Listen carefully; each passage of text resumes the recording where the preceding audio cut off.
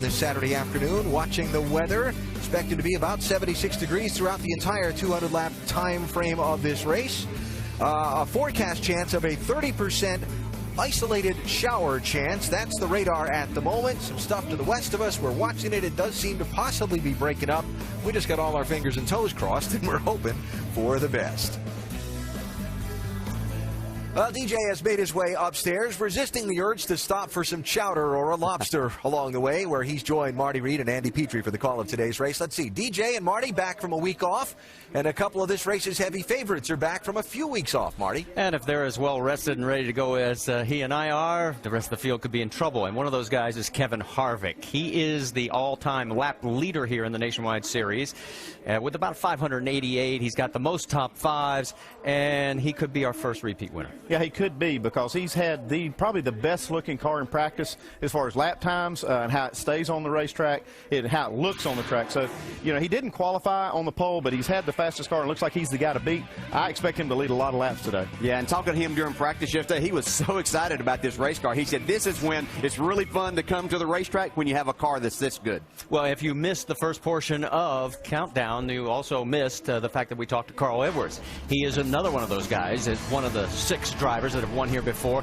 and he is very hot right now. Well, he's got a ton of momentum coming off that win.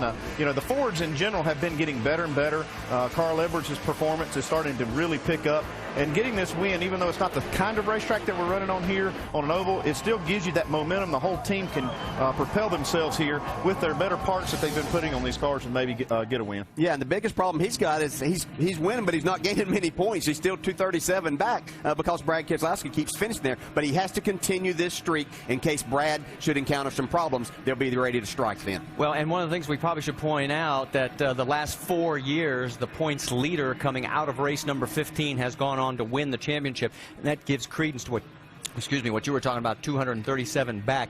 He's got to keep chipping away at this points lead, and Keselowski's still right up there. Yeah, well, you just have to keep that pressure on, you know, keep bleeding laps, let them know that you're there and you're not going away. This thing will close up and we'll have a real battle for this points championship. All right, as we said, Alan pointed out, we've got our fingers and toes crossed that we get this race in, but lap 100 makes it official. Let's find out as we get this one started. Ladies and gentlemen, please direct your attention to pit road and welcome today's co-grand marshals, Hampshire Motor Speedway suite holders and longtime supporters from E.J. Prescott Incorporated, Peter and Stephen Prescott, as they deliver the most famous words in motorsport. Drivers, start your engines!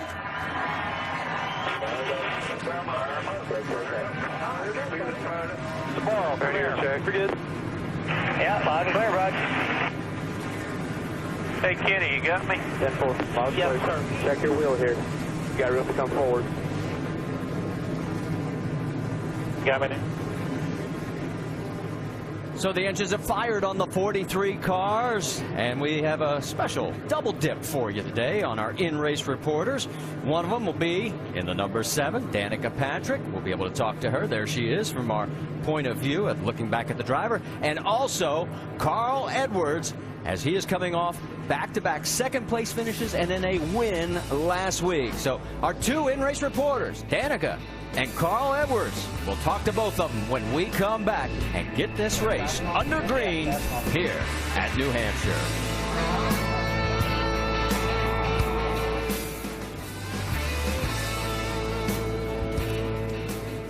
Earlier today, qualifying was held here, and as you may have heard earlier, Brad Keselowski picked up the pole. He ran a time of 29.37 seconds at 129 miles an hour, his 3rd of the season, 6th of his nationwide career, but it was his first pole here at New Hampshire Motor Speedway. All right, starting grid's going to come across the top of your screen. Think about this. Keep an eye on the first 6, because 11 of 15 wins have come from the first 3 rows. The other 4 outside the top 20. Those not making the field, Chris Lawson and Peyton Sellers. Sellers was disqualified on his qualifying run. Apparently, there is a fuel issue. Details later. All right, let's talk to our in-race reporter. First up, Danica Patrick. Danica, Dale Jarrett, ESPN. You have a copy? Copy. Hey, Danica, our first question comes from our ESPN mailbag, and Jane in Cana, Virginia asked, who has helped you the most since you started in NASCAR, and what is the best advice you've received? It's kind of breaking up, but I think, you know, the most important thing is just to really finish this race and bring the GoDaddy car home with all 4 corners Yeah, this is a completely different racetrack than what you've seen in these stock cars your first 3 times. What was the biggest challenge that you faced in getting around here? Staying out of trouble's kind of hard, you know. I thought that it doesn't seem quite as hard in IndyCar, but, you know, there's more cars out here, and there's just more stuff to be aware of. But, you know, there's so much to learn for me. It's all coming at me fast, and I'm just trying to manage it all. All right, Danica, have a great day. Thanks for talking with us. Now Andy's going to talk to your crew chief, Tony Eury Jr. Thank you. Hey, Tony, Andy Petrie in the booth. You got us? Yeah, I got you in. Hey, Tony, you guys done a good job this week and made a lot of laps and made a lot of gains during the weekend. What part of the racetrack have you focused on as giving you, say, the most trouble, and how have you been working on it? I think the biggest thing is just all the laps we can get Danica in the car is what it's all about right now. She's got a lot to learn.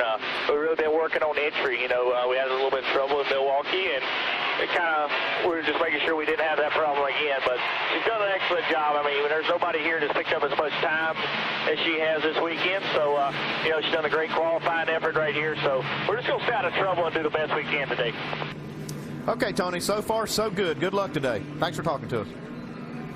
All right, let's quickly take a look at our other onboards. We already know that Dan and Patrick has one. How about Justin Allgaier with Kyle Busch, Kevin Harvick, Stephen Wallace, and Michael McDowell, Elliott Sadler, and our other in-race reporter, Carl Edwards. Hey, Carl, Dale Jarrett, the ESPN. You got me? Here. So be strong on down pit road like you guys always are. Nice and smooth. Hey, Carl, I know you're coming to the green. What do you need your car to do best today to win this race?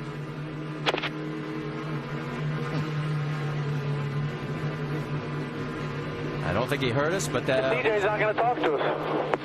well, we tried, Carl, but it's too late now because we are going to be going green here. As here is the race analysis. We're going to go for 200 laps around this 1 mile circuit at New Hampshire Motor Speedway. Pit road speed is 45 miles an hour. Don't get busted. It costs you a lot. The pit window, 75 to 80 laps. Those corners, 7 degrees. The most banking, to give you an idea, the Indianapolis Motor Speedway is just 9 degrees in banking. Pace car has pulled down, and it is Brad Keselowski bringing him to the green flag here on race number 16 at New Hampshire Motor Speedway, and it is green.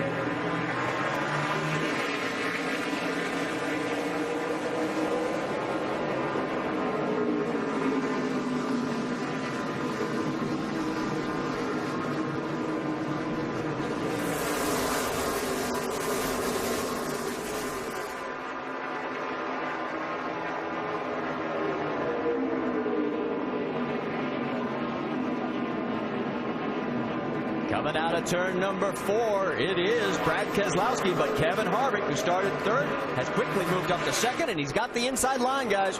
Yeah, this is a difficult place to get your car going on cold tires, air pressure's down. This flat racing surface makes it very difficult, especially on the exit of the corner. See, Harvick was up the side, but he's having a hard time putting his throttle all the way down.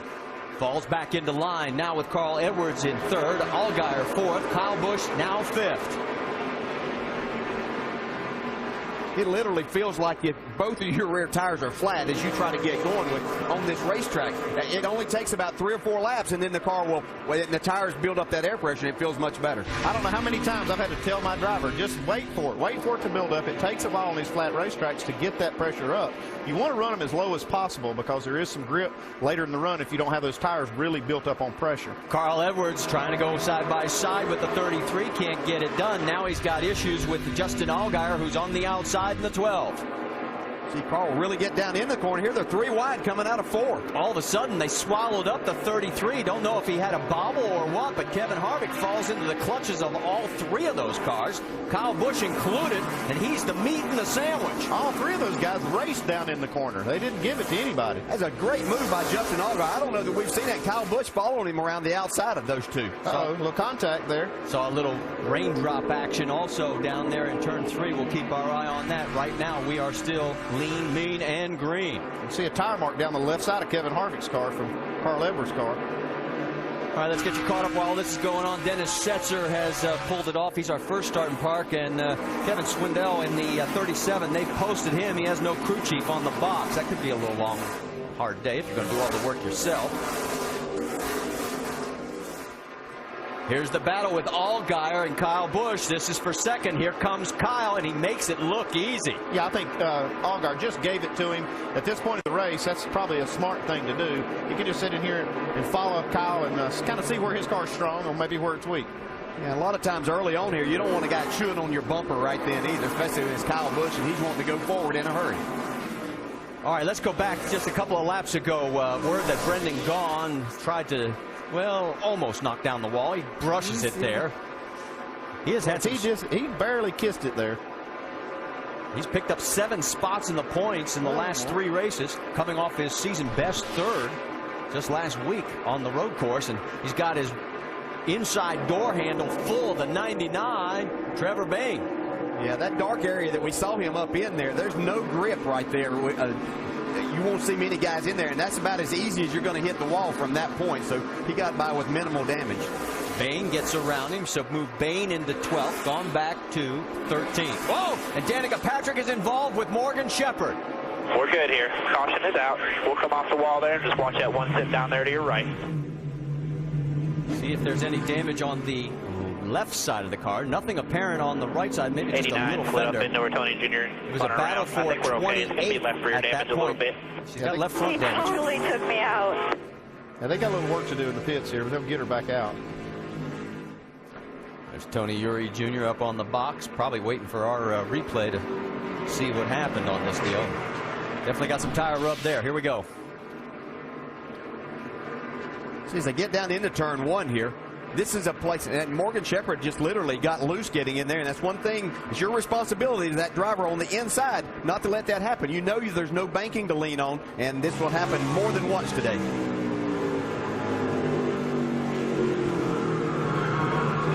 I guess the only thing that Danica could have done there, maybe give him a little bit more room at this point of the race. Wouldn't have to be racing him quite as hard, but still not her fault at all. No, it's not, but you have to also, as a responsibility as the driver on the outside there too, you know that if you pull down on that car that you're taking more air off of it, and that's more likely to happen. So the crew pulls the fender out on the left front, and as they go to work, we're going to go to work. And when we come back, we'll reset it for you right now.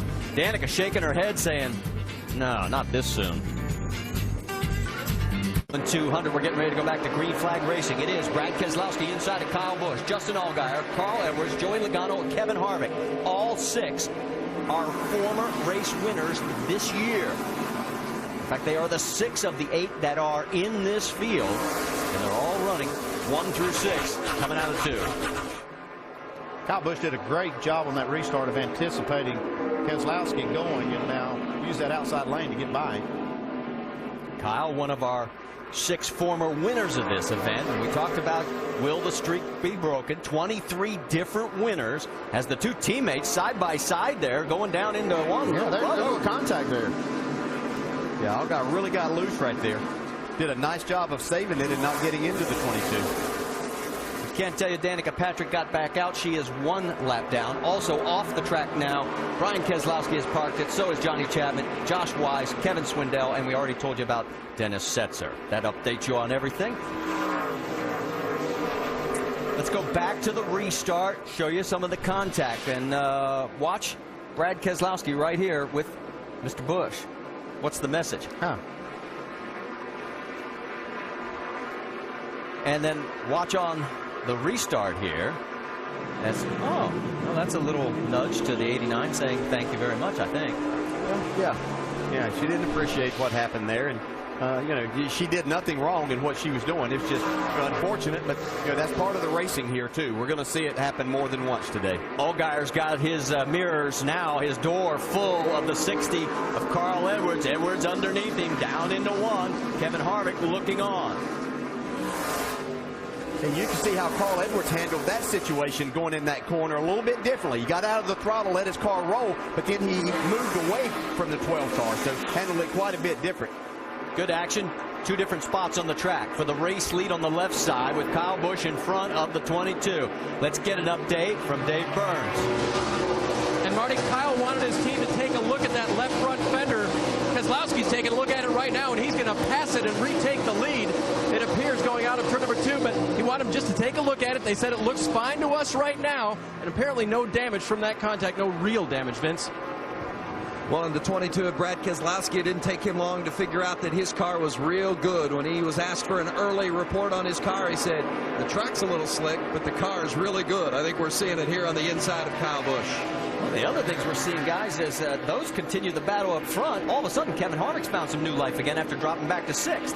His car was great in practice yesterday, so I think it was just a matter that Kevin's car. And what you have to understand, there was a modified race here before that has put different rubber down on this racetrack. They're going to have to wear that off, so they're in kind of a different situation with their cars than what they've seen all weekend. Yeah, you don't want to adjust on it yet till they run about 25 laps on this track, on this tire, because that rubber will kind of mess you up a little bit. It'll make you think your car's doing something that it won't be doing after it rubbers in with the Goodyear tire. Well, after a couple of laps side by side, Brad Keselowski finally retakes the lead. So we have another lead change between the two men that have led this race. Battle for 5th with Justin Allgaier, and here comes Joey Logano. Logano not won here at his hometown track in the Nationwide Series. He has won in other series. Yeah. That one here yet. Yeah, in the top 6, we've got 3 guys that are part of that 23 winners and 3 guys that haven't won here. So we have opportunities to keep the streak alive or break it right there. Sort of has settled down now for that position battle a little bit further through, and actually it's still looking pretty good up front for Brad Keselowski. He's opened up about a 0.6 of a second lead. There's the gap from Joey Logano in 6th all the way up to our race leader. Just 17 laps complete.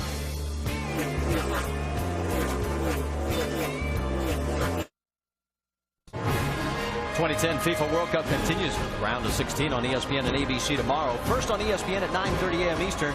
Epic matchup. Germany takes on England. Then on ABC at 2 Eastern, Argentina and Mexico. 2010 FIFA World Cup on ESPN and ABC tomorrow. And we can tell you right now it is 1-1 between Ghana and the U.S. Landon Donovan has scored for the United States. Battle for 5th is heating up. Justin Allgaier and Joey Logano. Logano on the inside. It looks like he's finally going to be able to clear him. That's been going on during the commercial break. And also during the commercial, we can tell you, Kevin Harvick got around Kyle Busch to take over 2nd place. So whatever Kevin's problem was there, that little stretch where he dropped back to 6th, it's over. Yeah, I think Kevin's car was probably just too loose. He got himself in a situation to where a couple of cars got around him, and now he's the fastest car on the racetrack as he's right on Brad Keselowski's bumper. Coming up on lap traffic there, that's the 43 of Brad Baker. And Vince, let's get an update from pit road. Well, just as you were talking about that 33 of Kevin Harvick, Harvick did say he was a little bit too loose at the start, but his crew chief Ernie Cope was telling me earlier today that's one of the areas of advantage for this 33 team because of Harvick's experience, and he likes to drive a loose race car. Plus, they set it up to be loose or free early on in the run because as the fuel burns off, the car generally is tightening up. They've done some things with this car in regards to testing at some of their previous races. They really feel like they found something in the setup, and Ernie Cope, who you see on the left side of the screen, was very confident they were going to have a car to deal with today, and it certainly looks that way early on. It does right now as he has pulled back up very close to our race leader, Brad Keselowski. Let's update you on one more park as David Gilliland has taken the 91 behind the wall. Battle for 15th as we move deeper in the field, and that is, of course, the 62 of Brendan Gaughan. Jason Leffler underneath him in the 38. Now, Brendan's gone. He's been running well the last few weeks, so it doesn't look like that little contact he had with the wall was too bad for him. You see Leffler trying to go on the inside. And we know Brendan Gaughan likes that outside lane. That's working here pretty well because they have a little more banking on this track as you move up in the lanes, and Brendan can take that to use it to his advantage. 35 of Jason Keller going underneath. Jason had qualified 13th. He had a good qualifying run, and he looks like he's got a good race car. Yeah, previous winner here. So knows how to make his way around this racetrack. And this is, even though we talk about this as a mile track, this race is like a short track. Every driver and crew chief considers this a short track, so that's how you set it up. And nobody better on the short tracks over the years than Jason Keller. And Jason leads all drivers with 18 starts here and now 24 Nationwide Series races. Let's go up to the battle for 4th because Joey Logano has already gotten around Justin Allgaier about 4 or 5 laps ago. Now he's knocking on the door as he is right up there with Carl Edwards, and underneath him, here we go. I got to kind of put him in the same category as Harvick. His car seems to be better the more laps that they put on it. kind of set the car up loose and be better at the end of the run. Yeah, and we heard him on the countdown show say that that was his problem last year whenever Kyle Busch beat him here, that his car wouldn't go for the first 10 laps. It took him, and so he lost so much time that. But in a long run, he felt like his car was really good. He was hoping they might be a little quicker after a restart today, but you can see his car's going very well now. Moving back to Justin Lofton. He is in the 27 Baker Curb machine. And Lofton, of course, was the 09 ARCA champion. He won 6 times, and he's making his 3rd Nationwide Series start. Dave, what's the latest? Well, Marty, the latest is that this car is a little bit tight off the corners for Justin, but when they lost their sponsor 3 weeks ago, they had to make some cutbacks on the team. John Reese, sitting there in the chair, the car chief, became the crew chief. But today, he's got some extra help from the Sprint Cup side. Sitting next to him, Greg Biffle, a guy that started 10 races for them this year and finished 2nd twice. Why is Biffle here? Well, he's partially here for race strategy, but also to tell potential sponsors, hey, if you come back on board with Baker Curb Racing, I will be there. I want to race with these guys. All it's going to take is a little cash. And you saw as that was going on, you saw Danica Patrick. She's now 2 laps down as the green flag run here has gotten longer. And it is Kevin Harvick right behind race leader Brad Keselowski, 3rd place there in your picture. The 18 of Kyle Busch, then Joey Logano, Carl Edwards, Justin Allgaier. Yeah, when Danica went down a lap or another lap there, it was a little tight spot getting into turn 3. Looked like she was going to maybe give him the outside, give Keselowski the outside, and Keselowski wanted the inside. Well, and the bad news there is now she's no longer in position for the lucky dog. And so now she's really going to have to keep working and hoping that a couple of cautions come around. Here's what it looked like. Let's go back. You see Keselowski kind of committed to the bottom. No problem, though. Yeah, she ended up giving room, but it's a little closer than that, as you can see, as you get down into the corner. I think you can get a sense of the frustration there that this is a huge learning curve. Everybody has talked about it. You talked about it on Countdown. This is probably the most difficult track for her to come back on after being gone 4 months. Well, it's just a difficult track, period. I mean, everybody that comes here, I mean, can tell you how hard this track is. It's just, you know, when you're dealing with a flat, fast racetrack, it's just hard, really, to get a hold of. Joey Logano has now cleared her, and he maintains his 4th position. Here comes Carl Edwards working his way around the 23 of Robert Richardson Jr. and also now on Danica. Justin Allgaier right behind. Yeah, with the other 3 tracks, just stay up high at the 3. You got the 61 back. He'll go to the bottom up here. Just leave the bottom open for him. Just looking inside. See, as Carl Edwards goes around there. But the other 3 tracks where there was banking, she learned what adjustments would help her car in certain situations. Those adjustments don't really work on this racetrack, so she's having to really relearn that too. So this is just a learning experience. She's gotten better all weekend long, so things are getting better. And even though she's getting passed here and getting lapped again, I think she's still doing a nice job out there, Doc. And DJ, exactly right. They took her to Milwaukee, another track that is very fast and very flat, and then to try to help her understand the steep learning curve. And she was doing really well on that Tuesday a week ago, and she pancaked the right side of the car, basically destroyed the car. That made her a little timid coming here as far as getting in the corner. But the next day in Milwaukee, by the way, they took a backup car out, and she was running laps close to what some of the Cup affiliated teams were running. So all Tony Eury Jr. said was, Danica, it's all about getting laps on this very tough racetrack and trying to learn to turn this heavy stock car. Every time I go low, I just get more understeer, so like I can't pass him. Pass him up top. Set him up. Drive it in a little deeper or try to get a run on the outside of him. So some tips from the crew as Danica Patrick continues her learning process. Meanwhile, up front, we can tell you Brad Keselowski and Kevin Harvick are right now about 1/10 of a second apart, as we're also looking and checking in right there on the 21 of Austin Dillon. Dillon in the 10th position. He has got the 27 of Lofton right in front of him. That is for position on the racetrack. Vince, give us an update on the 21. Well, Austin Dillon's a good story. Of course, this 21 we've documented throughout the Nationwide Series, trying to stay alive in regards to sponsorship for Richard Childress Racing. Austin Dillon is Richard Childress' grandson. He's just 20 years old, running full-time in the Truck Series. This is his first Nationwide Series start this year. The team told him earlier, pick up a 10th and you're going to be good. He's been competitive so far. Not bad for his Nationwide Series debut. He started 8th, as you noted. He's lost a couple of spots, but getting to the end, logging laps, get experience, get better as the race goes. So far, so good for Austin Dillon. Currently 11th in the Truck Series points. He won the pole for the last 2 Camping World Truck Series races. Let's check in on our race leader as we've completed 39, now almost 40 of 200 laps. Couple other cars that have tended home. That's Bacher in the 43, O'Quinn in the 90. Stay with us.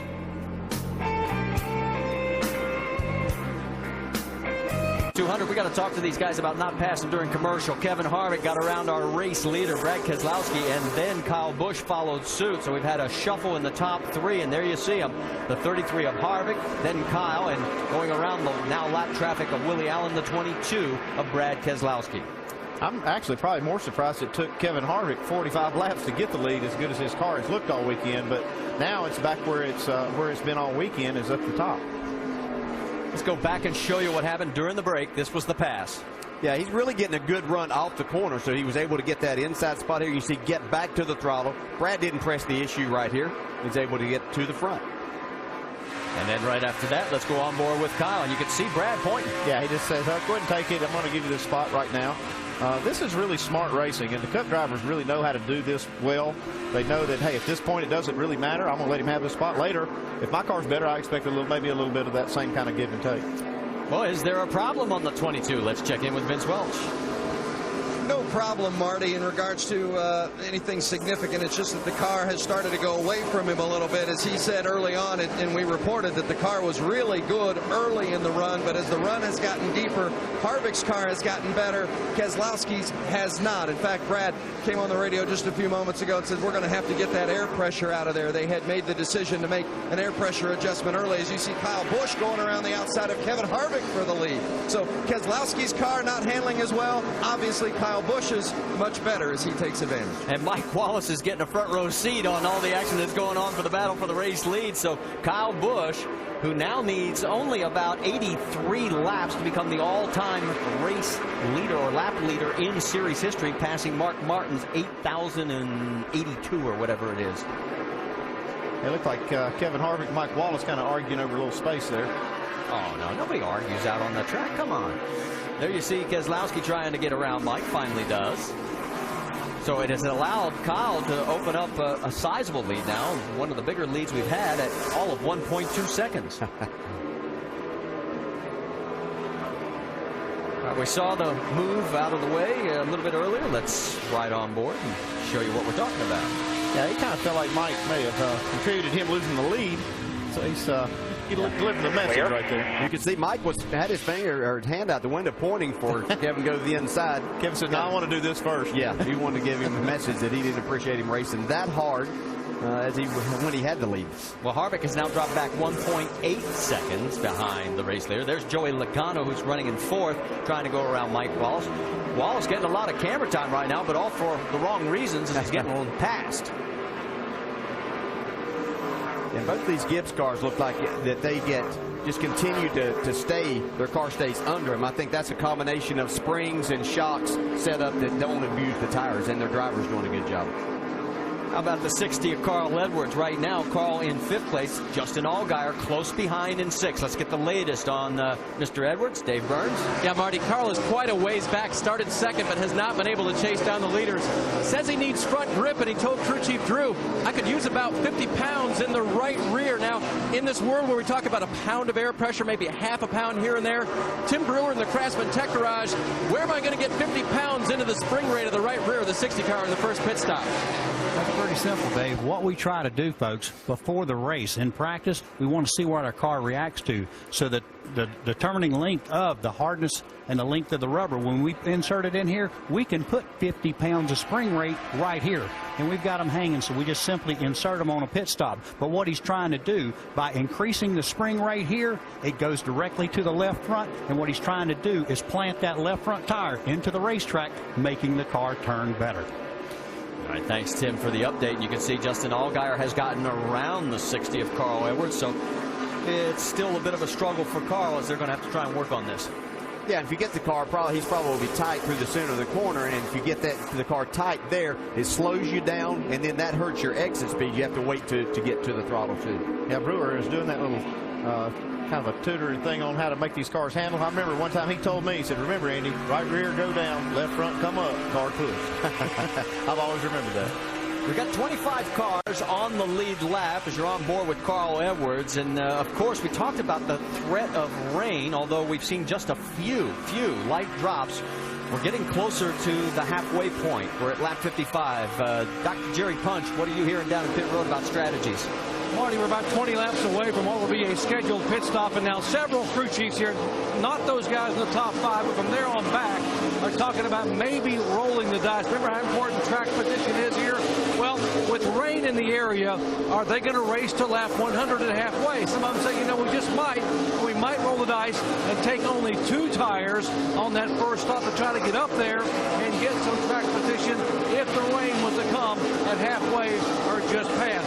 They're talking about it here with that pit stop coming up in about 20 laps.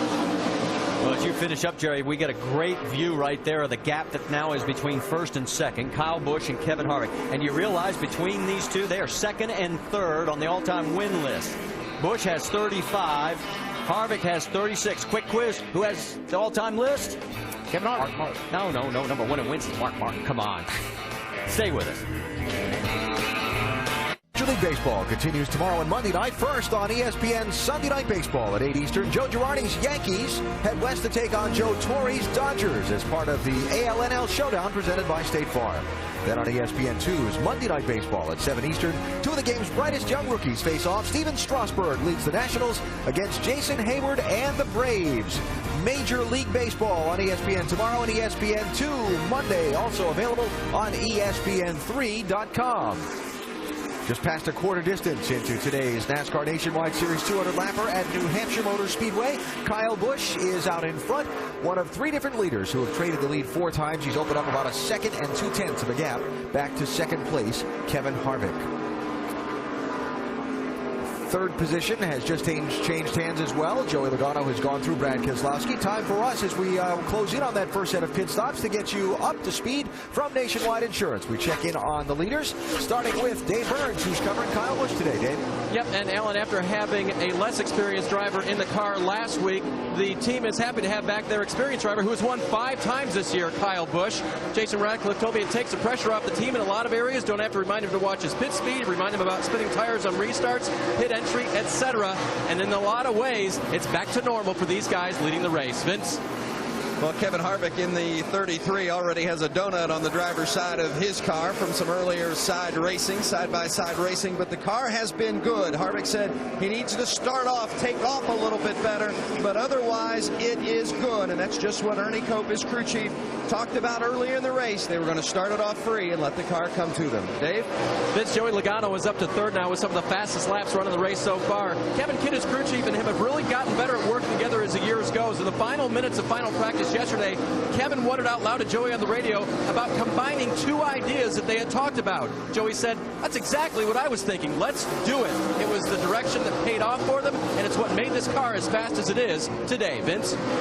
Brad Keselowski currently running 4th. He led 38 laps earlier today, and then the car started to go away from him a little bit. He says he needs to turn the center a little bit better and be quicker on the restart. It's the same car he drove to that dominating victory in Richmond. He looked like the dominating car to beat early in the race. As mentioned, led 38 laps. Brad Keselowski still got a good car, even though he's dropped to 4th. The 12 of Justin Allgaier is 5th. He says the drive-off is great. They are looking forward to that first pit stop, though. You know, this is just his 2nd time here in New Hampshire in the Nationwide Series. Last year, he said it really took him the first half of the race to get used to the track and how to drive it. But then the car got a lot better, and he got a lot better in the second half of the race, and he got that 13th place finish. They expect better today. Dave Burns?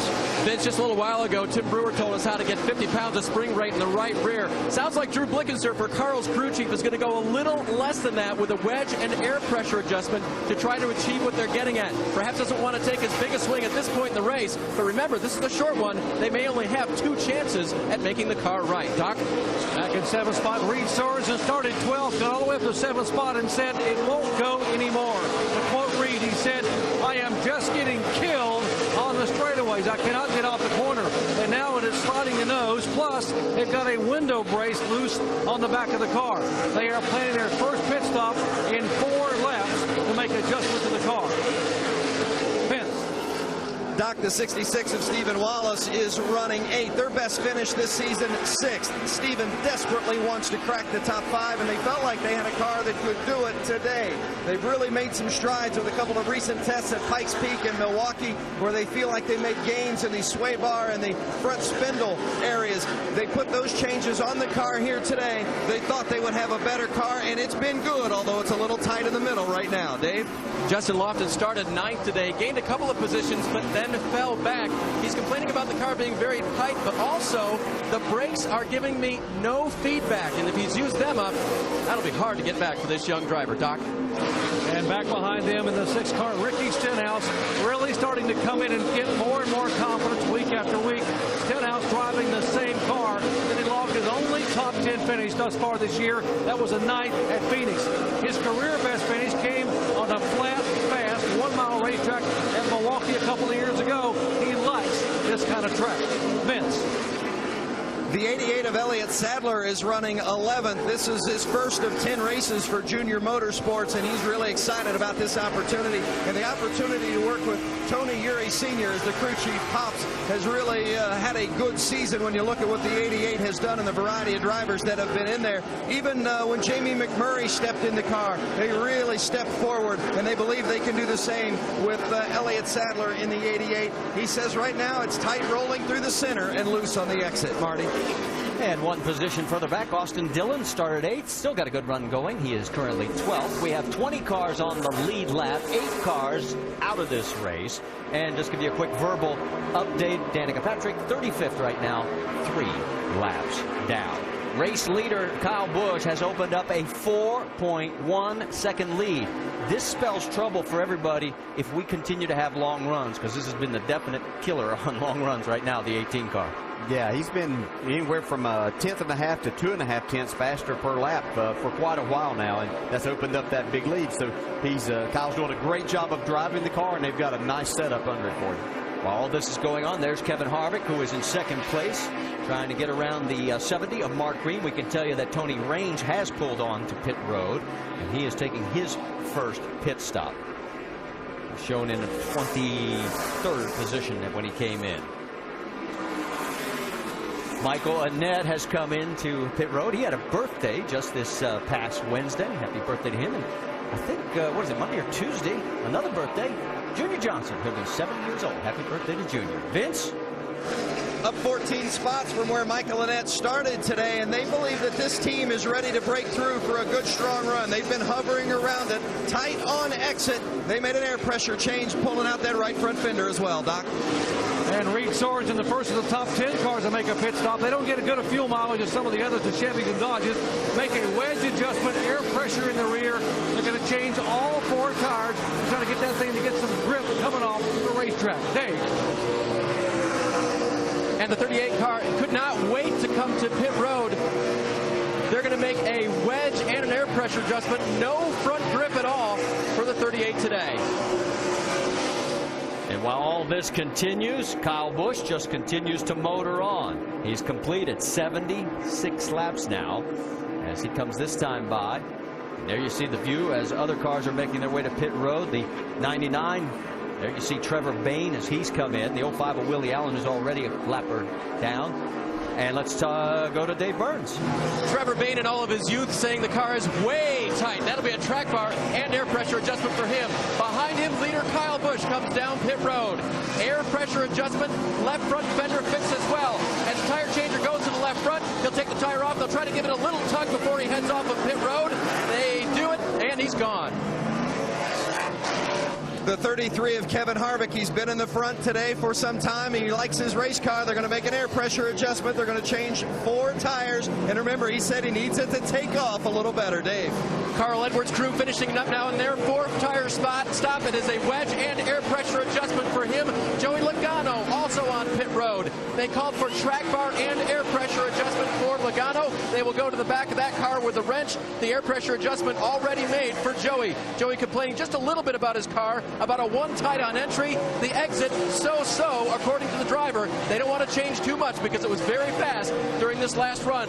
Paul Menard is on pit road too, guys. They'll make a 4 tire change for Paul. A wedge and air pressure adjustment for the 98 car as well. And You see the problems for Austin Dillon as they have major problem on the left rear of this car. And so, you know, they just weren't quite finished with the pit stop when they pulled away. They have to, even though they're pitting out of the box, they have to get that tire on.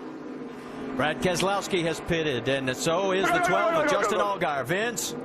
Well, it's a big help for Brad Keselowski. He's got an open pit spot ahead of him and one behind him, so it's clean on entry and exit. Says he needs to turn the center better and be quicker on the restart. They're going to make an air pressure adjustment, a 4-tire change for the 22 of Brad Keselowski.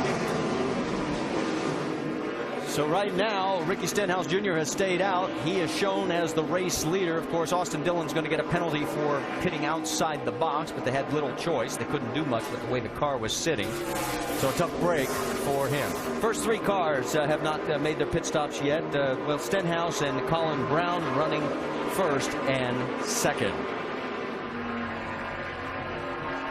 We mentioned the fact the penalty, and there goes Stenhouse as he is being followed by Elliott Sadler down pit road. Let's send it down to Dr. Jerry Punch. Doc. Ricky Stenhouse said that they're sliding a nose on the car. They're going to make a major air pressure adjustment, both front and rear, to try to fix it. It'll be 4 tires. They top it off with Sunoco fuel. Very good gas mileage. Remember that for the 6th car here today at New Hampshire. Vince. There's the 88 of Elliott Sadler, tight rolling the center, loose on exit, a pound up in the right rear and a ½ pound out of the right front. It's going to be a 4-tire stop for Elliott Sadler in the 88. And 16.1 seconds on the clock, and you can see some of the other cars. There's Mike Wallace as he has made his stop, and you're saying, okay, who is the race leader? Well, as the cycle through, there is Kyle Busch, as he is our 6th different leader. We've had that total, and 9 lead changes so far today. Right behind him by 7.5 seconds is Kevin Harvick, and the lead going in was 4.2. 5-hour Energy Rapid Recap. First, we focus on Danica Patrick, qualified 25th in time trials earlier today, making a return to stock car racing after 3 months away, focusing on Indy cars.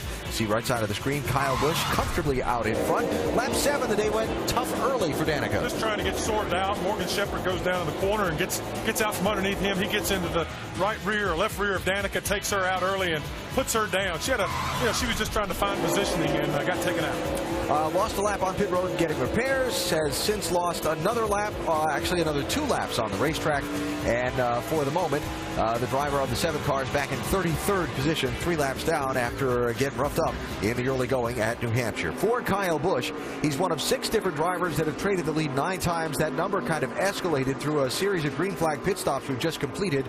Basically, Kyle Busch has led 40 laps, Brad Keselowski's led 40 laps, and Kevin Harvick has led a handful. Those have been the guys that have paced most of this race. Well, I tell you, it didn't take him long to get right back up front. He's been gone for a couple of weeks, and Brad Keselowski's been able to go out and pick off a couple of wins and dominate, as well as Carl Edwards. Kyle Busch is back, and he is up front leading a lot of laps. He looks like the man to beat.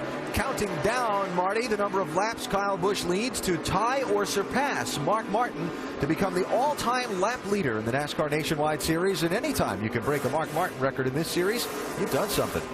You're absolutely right. He's now led 41 laps. 97 was the total, or 91 coming in, so he has about 50 laps to go to break Mark Martin's all-time record. A quick update on Austin Dillon. He got another penalty for speeding after the problems on pit road. He is now 4 laps down in 35th. There he is. He was 12th before that cycle of pit stops. This is what happened. Well, the cue for the driver to go is when that jack comes down on the left side, but apparently the lug nuts were not on the left rear tire, and wasn't time to let it down, and they must have been having a problem. But just this is what started the whole chain of events. They had a penalty for this, then they had to come down for these other penalties for speeding, and just a bad day overall. 14 cars on the lead lap right now as Kyle Busch is setting a blistering pace. His lap time 30.7 the last time by. Let's get more on all this situation of what we just saw. Tim Brewer in the Craftsman Tech Garage. Thanks, guys. The jack man controls that pit stop. When you come around from the right side over to the left side, once you get the car up, the jack man, he probably glanced back at the left rear tire. Okay, that guy's in pretty good shape. He's paying attention to the guy at the left front. But the indicator for the driver to leave is when you drop the jack. And apparently the left rear guy had an issue between the jack guy's glance over, and that's what got him in trouble. But in Austin Dillon's defense, when the car comes down, he's supposed to leave. He did exactly what he's supposed to do as a race car driver. Guys? Yeah, the only problem was when he was serving the penalties, when he got, you know, the drive through for going too fast, and that's kind of, it just set up a chain of events that just started their day in a spiral, really. It's too bad because he's got a great car. Here's another guy that's not going where he wants to. The 38 of Jason Leffler, believe it or not, he is about to go a lap down to race leader Kyle Busch. And once that happens, that will put us down to 12 cars on the lead lap. That gives you an idea just how good Kyle is right now. Caution is out. Trouble. The 6 of Ricky Stenhouse and the 10 of Taylor Malsom. Right side pretty heavy, Shen. He was 9th place for Ricky Stenhouse at the time of this crash here on lap 94. Yeah, there are flames underneath there, Taylor. I think it might be advisable to find the nearest fire hydrant. He's got a lot of sparks coming out from the car. You can see the right front control arm. Yeah, just take it to the garage, guys. Yeah, they're done for a while here. Yeah, it's a shame. Ricky Stenhouse was doing a nice job today, having a good solid run, which is exactly what he and his team needed with that City Financial Ford. Yeah, that's the last thing they needed, was to be in another accident, because he was running well. Right now he is able to get it refired and has enough power and enough clearance in all the wheel wells to hastily get it back around. That big lead of Kyle Busch's, and let's go back and talk about that. When he came into the pits the first time under green, 4.2 seconds. He comes back out after the cycle through at 7.3. Well, I'm sorry, Dale. That's probably a combination of doing an excellent job of getting off the racetrack for Kyle Busch and back out, and his crew doing. His crew has really all year been one of the best, if not the best, crew on pit road. And I was going to say, he does that week in and week out, and that makes a huge difference, and that really pumps up the pit crew too when you have a driver that does all of that, right, Andy? When you got a driver like Kyle Busch, everything he does pumps you up. That's right. Well, good news for Jason Leffler. He was able to stay on the lead lap, and the lucky dog from Aaron's is going to go to the 27 of Justin Laughlin, so that'll give us 13 back on the lead lap. Here comes our race leader, Kyle Busch, followed by Kevin Harvick, also Joey Logano. And as we get set up for the triple pits, let's start it off with Dave Burns. Kyle Busch will take some Sunoco fuel. The car a little free in, if anything, he said. So they'll make just a slight air pressure adjustment for Kyle at this point. The 20 of Joey Logano, on the other hand, he said his car was edgy, loose off. It never tightened up on that run. So they're going to make some adjustments for the 20. Vince? The 33 of Kevin Harvick, they were having the discussion whether or not to take 2 tires or 4. They have settled on 4. The pit stop's always a hot button for this team. A lot of pressure to perform well in the pits for Kevin Harvick. They've done so on this stop. Nationwide Insurance race off pit road. You can see Joey Logano and Justin Allgaier. 2 tires and no tires gives them first and second off pit road. All right, let's go back and show you exactly what happened, why we're under this second caution here, just 5 laps short of the midway and making this race official with a threat of rain.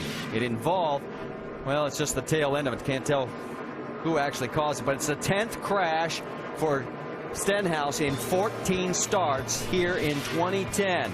And that's what's left of Malsom's machine. He's okay.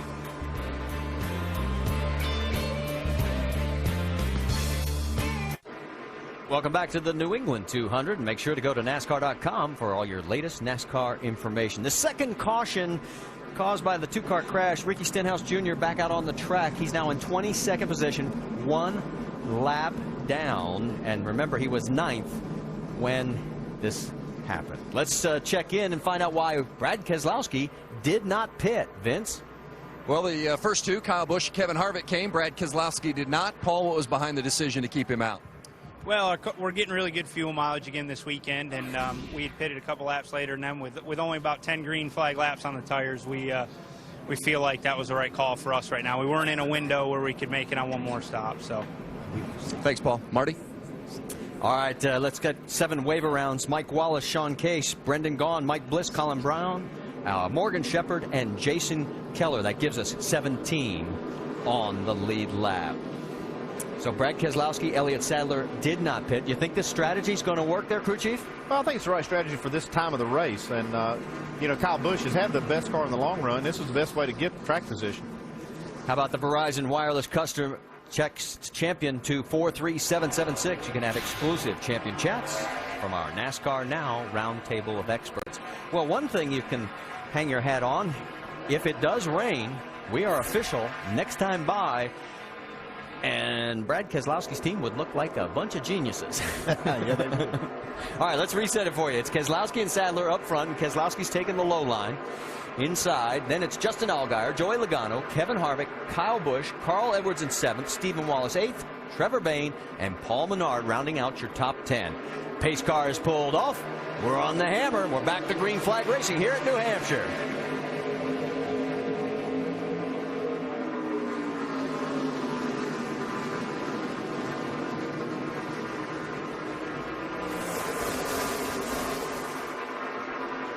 Keselowski opens up about a 3-car length lead, while right behind him, Joey Logano's looking to go under the 88 of Elliott Sadler. Well, there's some heavy-duty racing going on right behind Keselowski. Kyle Busch wants through. Yeah, and if I'm Kyle Busch, I feel pretty good that I got 4 tires and only came out there in 5th. And what we've seen long green flag runs so far, that we made the right decision. Well, this race is now official, so it doesn't matter what the weather does. This one's going to end sometime today. Right now, a lot of guys are driving like it's the last 10 laps. This is their opportunity to gain a few spots. This thing gets strung out, it's really hard to pass. I mean, we saw a while ago Kyle Busch put everybody down a lap except the top 14. Wow. Did you see the Roush cars just zipping around high and low? As we said, there's a lot of racing going on here at New Hampshire. Battle for third between the Joe Gibbs Racing teammates. You got Kyle Busch right in front of the 20 of Joey Logano, and there is second place, Elliott Sadler. Now remember, Sadler stayed out. Yeah, Elliott's doing a nice job in his Dale Jr. car for the first time. They stayed out and looked like his car didn't fall off much, and that was probably somewhat behind the decision that they made, that they're not that great on new tires, but the car stays with them. Yeah, we're talking about crew chief decisions. I really do agree with you on the 18. I think they made the right call to get that car in, get 4 tires. And I think the right call for the 22 was to stay out, because they didn't really have the track position, and it's worth a lot. It's actually worth speed. If you can look at, Keselowski already has almost a 2-second lead since the restart. Well, and you saw that Kyle Busch has already cleared the 88. Here comes the 20 also as Logano goes through. Here comes Carl Edwards following, and Kevin Harvick right behind as well. While this is going on, let's find out what happened with Taylor Malsom and Ricky Stenhouse. Doc, you've caught up with Taylor? I have, back in the garage area, Marty. His Toyota spinning on lap 95. Taylor, what happened? I don't know. We're just trying to run laps. You know, I haven't been here much. I haven't been in these cars much. I'm just trying to get situated with them and figure them out, and we just got dumped by the 6, I think. Nothing hard doing. The guys did a good job of giving me a car I could race with and just trying to log laps what we're doing. Why would he dump you? I don't know. You got to ask him, I guess. Okay. Not very happy back here in the garage, Marty. Well, we'll have to wait to talk to Ricky Stenhouse. He's still out there right now. For Taylor, top 15 finishes in 2 of his 3 prior NASCAR Nationwide Series starts. All this action still going on. Paul Menard's in the thick of it, along with Kevin Harvick and the 12 of Justin Allgaier. Trevor Bayne trying to stick his nose in it as well in the 99. Now we're seeing another situation here where Kevin Harvick's car is just not that good on fresh tires. It takes him time, but he's in the middle of a lot of cars that are pretty good. Well, we saw that in the first run, Andy. He slid back and then all of a sudden started coming back about 10 more laps. Yeah, but I'm afraid on this run he's losing a little bit too much ground and too many spots. It's taking a lot of time to get by Paul Menard. Paul took 2 tires the last time he came in. And you can see, I mean, it not really hurting Menard. I mean, he's still running fast. Harvick on the low side. There's Allgaier, the 99 as well. And here comes Reed Sorenson. Whoa, and Reed got a little loose at the tail end of that line. Yeah, there's just no banking down on that part of the racetrack. You go in there and your car just takes off the front end. Won't get much grip there, and you have to really be careful. Make sure you don't get into the guy and create a problem for yourself and someone else. That's a 6 all the way through 10th position on your screen right now. We'll tell you, you're not missing anything up front. Brad Keselowski leads Kyle Busch by 1.6 seconds. and sort of has straightened out here for a moment. Let's go back to the front and show you that's what it looks like as Brad continues to lead now. He has led 52 laps. Kyle has led 46. We've had 6 different leaders and 11 lead changes, and you see that we're working 108 laps. Let's talk about what's going to happen on ESPN2 with the Summit Racing Equipment NHRA Nationals qualifying tonight at 7 Eastern. The finals tomorrow at 7 Eastern. Then NASCAR Now tomorrow morning at 8:30 a.m. Eastern. That also on ESPN2. Then next week, NASCAR Nationwide Series, the Subway Jalapeno 250 at Daytona, Friday, 7:30 p.m. Eastern Time. And the Eyes on IndyCar Series at Watkins Glen, Sunday afternoon on ABC at 3:30 Eastern. While we're in commercial break, as you ride along with the leaders up front in this race, and you can see Kyle Busch is getting closer to Brad Keselowski. We'll tell you that Stephen Wallace had an unscheduled pit stop, had a problem with the left rear. He was 13th. He has now dropped all the way down to 20th, 1 lap down, and he's coming off top 10 finishes in his last 3 races, Vince. Well, it's really unfortunate because Stephen was having a solid run, as you noted, Marty, but he had contact with the 98 car, and it caused a little bit of left rear damage just behind that left rear tire. Was getting into the tire a little bit. Tire started to go down. Stephen had to come in to have that replaced and have that left rear fender pulled out a little bit. So green flag stop, very costly for the 66. And right behind him is Ricky Stenhouse Jr., who is, that is a battle for position. They're now running 19th and 20th. But here's what happened just a few laps ago when Stenhouse was trying to get under Danica. Big C's down on that part of the racetrack again. He tries to power up right there, and the front end just doesn't stick, and he gets into the left rear of Danica. Neither one suffered any serious damage on that, able to continue. I'm sure part of that was a little frustration, too, over what had happened earlier. So he had a good run going, but created a caution. So the strategy so far by Brad Keselowski's team has paid off. He is still maintaining the lead, although Kyle is picking away at it. Oh, yeah, man, Kyle's going to get the lead if it goes green long enough. We'll see here. We'll check the speeds at the line. And definitely, Kyle Busch is the fastest car we've seen so far. But right there, that lap, it looked like Joey Logano. Then Harvick. Give you an idea. Harvick's 4 seconds behind the race lead. Yeah, it was still a good decision by Keselowski's team because they were running, I think, 4th when they made that pit stop when the other leaders made it. And they're still, you know, they're going to lose this spot, but they'll still be right there 2nd or 3rd and probably till they get inside their pit window to make that last pit stop. If you weren't with us at the beginning of the race, the longer the run goes, the better that 18 car gets. And that's bad news for everybody else in this field because, again, here we are starting to get into a longer run. Yeah, but if he looks at his mirror, he's going to see his teammate back there, and his car was a lot the same way. He just started a little further back and didn't start the race off very good, but they've worked on that 20 car, and so I think he's going to have to deal with him, his teammate, before this race is over. We talked about at the beginning of this race, 23 different winners in 23 races. Kyle Busch in second place is a former winner, 1 of 6, but Brad Keselowski in first, Joey Logano in second, would make the streak continue at 24 if they were able to win. Kyle just keeps chipping away at it. It's now down to 0.2 of a second. Well, he's there. He's at that point right up behind Keselowski where he's probably getting a little push from that, you know, just the aero dynamic part of this. When you catch another car, you just lose a little of that downforce on the nose. Well, earlier we saw Brad wave Kyle by. You think he'll do that now? Yeah, I think he's going to give him that spot here in just a minute. I don't think that he's going to press you. They've accomplished what they wanted to. They've got their track position back here now, so everything's going good. And whenever the caution comes out, they're going to be in position to make their 4-tire change and then race for the win at the end of this. Well, they're going down the backstretch right now, heading into 3, and they're side by side. Kyle takes the position again, so it'll be our 12th different lead change, and here comes Joey. And you can bet that he's aware that these are the cars and team that were not happy with him after last week, so he's going to give these guys a little bit more room right now too, I would imagine. I think Kyle's putting a little more pressure, you know, for this lead. He went ahead and took it because he needed to do that. He looks in his mirror and sees that 20 car coming. He's probably more worried about Joey Logano than he was about Keselowski. And you can see Kyle starting to open up the gap. And between Busch and Keselowski, they've led all but 9 laps today. And remember, Kyle trying to close in on that all-time record for laps led in a career that's now held by Mark Martin. Battle for second, side by side. Logano is looking underneath, and it looks like he's going to take the spot away. These Gibbs cars, again, are just really set up well. The cars don't fall off a lot, so they're not abusing the tires, and the drivers are doing their jobs. Well, between Joe Gibbs Racing and Team Penske, they've won 9 of the last 10 races. Look who's in the top 3 spots. Does this surprise you?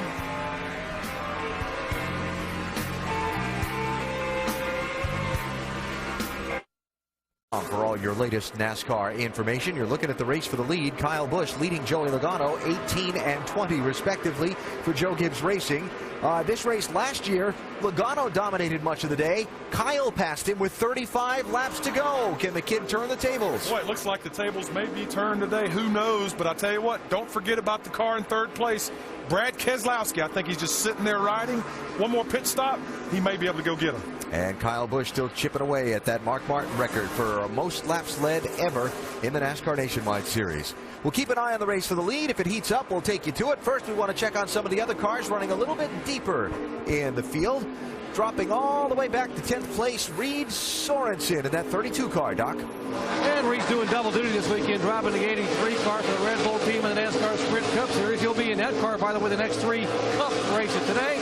Trouble with the front end on that 32 car. They made a wedge adjustment, a track bar adjustment, an air pressure adjustment, and the front end is chattering now and will not turn in the corner. He can go to lap 173 if he has to. Right now they're in their fuel window, the pit, and go the rest of the way. Dave.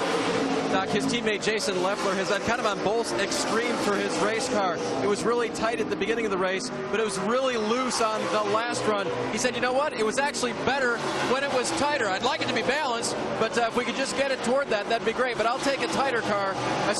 Tighter car over the looser car. As for the 27 of Justin Lofton, he's been getting a pretty good run through the day. The brakes are holding up a little bit tight in the center right now. And one thing that has changed, Greg Biffle has been speaking up a little bit more as far as driver coaching this young driver around this flat 1 mile oval. Biffle not so vocal in the early part of the race, but now really giving some driving coaching to Justin Lofton. Doc? And back behind them, Brendan Gaughan. We told you he's coming off back-to-back top 5 finishes for the first time ever in his NASCAR Nationwide Series career. He dodged the bullet about 5 laps ago. He radioed, so I think I got a left front tire going down. Turns out it was some debris on the tire. It started to slip and slide. It's gone away. Now they can go to lap 160 on fuel. He said right now the car still needs more side bite. Dave. Doc, Mike Bliss won't be able to go quite that far in the 40 car. He was one of the cars that stayed out and took the wave around the last time. I just talked to his crew chief. Said the car is pretty balanced, but they would also like to get a little bit more speed out of it. But again, they'll have to pit a little sooner than some because they stayed out last time. Doc? And how about the effort for Colin Brown in the 16 car, coming off back-to-back top 10 finishes and an 11th last week at Road America, despite being in the pea gravel late in the race. Quite a comeback. He is trying to just finish races and get better and better finishes. Right now, he said the car simply is a little tight off the turns. They can go to lap 170 as well on fuel. Dave. Jason Keller making his 504th start of the Nationwide Series. Just talked to his crew chief, Brian Berry. Car's been a little bit tight today. They also stayed out and took the wave around. And remember, when you do that, you cannot pit, so they didn't get a chance to work on it during that round of pit stops. Alan? Keller is last on the lead lap in 16th position. Up front, it is still Kyle Busch leading Joey Logano. Only 2 cautions in this race so far. The pattern is we're going to have one more, but it's not one of those late cautions if history holds and the numbers track true today here at New Hampshire.